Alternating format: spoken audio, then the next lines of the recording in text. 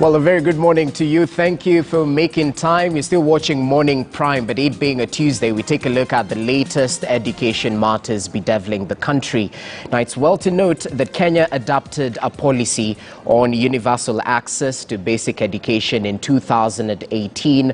We've definitely seen the ambitious goal by the Jubilee administration to maintain free access to education, especially at the primary level. But they've equally gone ahead with this ambitious role in terms of 100% transition.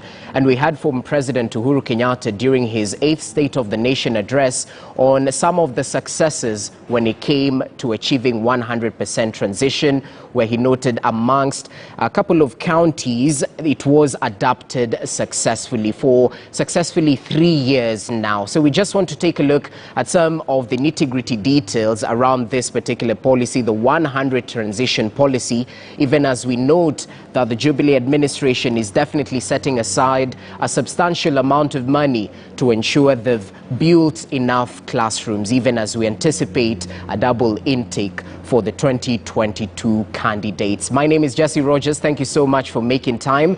Let's get right into it and perhaps take a look at this particular story prepared by Shadrach Miti on the 100% transition goal in the country.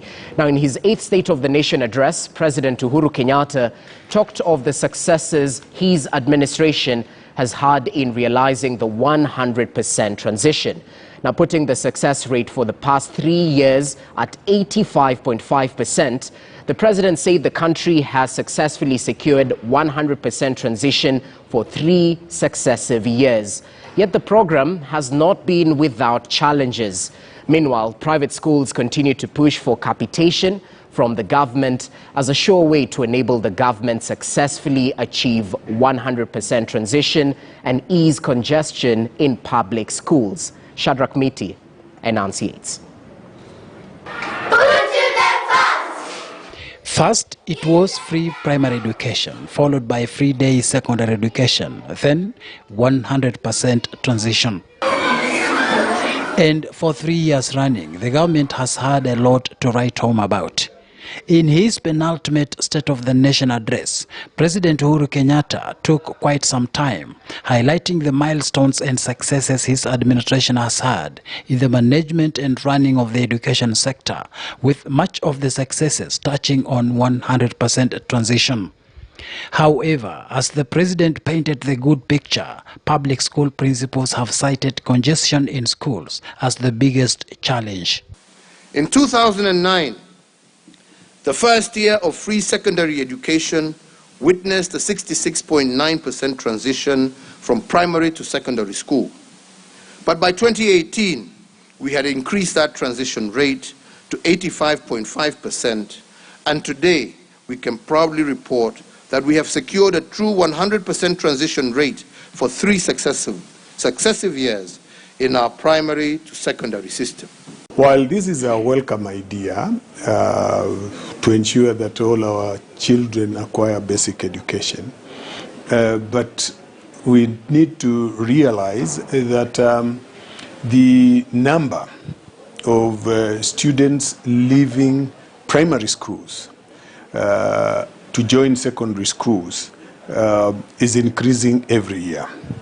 The biggest challenge we face is that the facilities at secondary level are not increasing in tandem with the increase in the candidature that is leaving primary schools. In a previous interview with KTN News, Kenya Secondary Schools Heads Association Chairperson Kai Indemuli raised concerns over the huge discrepancy between the huge numbers of learners joining secondary schools against limited facilities, which puts school principals under a lot of pressure. Over 1.2, almost 1.2 million left primary schools in the last KCPE exams.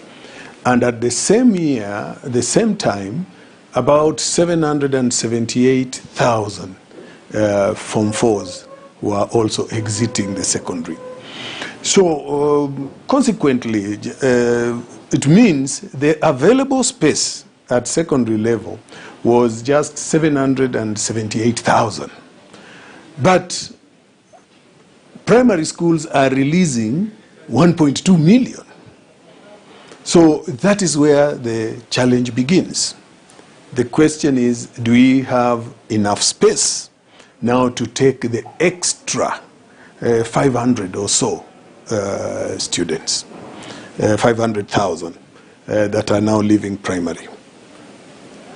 The answer is they are not available. Yet, even with such concerns, private schools feel they have what it takes to assist the government in realizing 100% transition.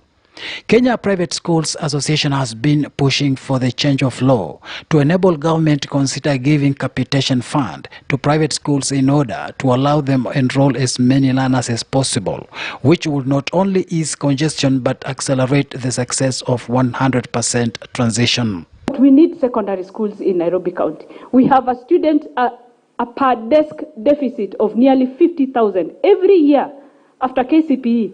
There are 50,000 Nairobi students who cannot get a school in Nairobi County, and they have to be sent to schools outside the county. That is why you get a lot of the trauma of parents saying, I've been sent to a day school sijui in Murang'a, I have been sent to a day school sijui in Loitoktok, because there's simply not enough schools in Nairobi County. At the moment, we still have another pending matter on capitation, and we are angling to do the exact same thing, and we have started it, and it's been included in the amendments to the Basic Education Act, so that capitation will be for the Kenyan child. While stakeholders have lauded the 100% transition, inadequate facilities and inferior infrastructure remain the biggest challenge. And while private schools are pushing for capitation, some stakeholders are opposed to the proposition, arguing capitation can only be given to public schools. Shadrack Miti, KTN News.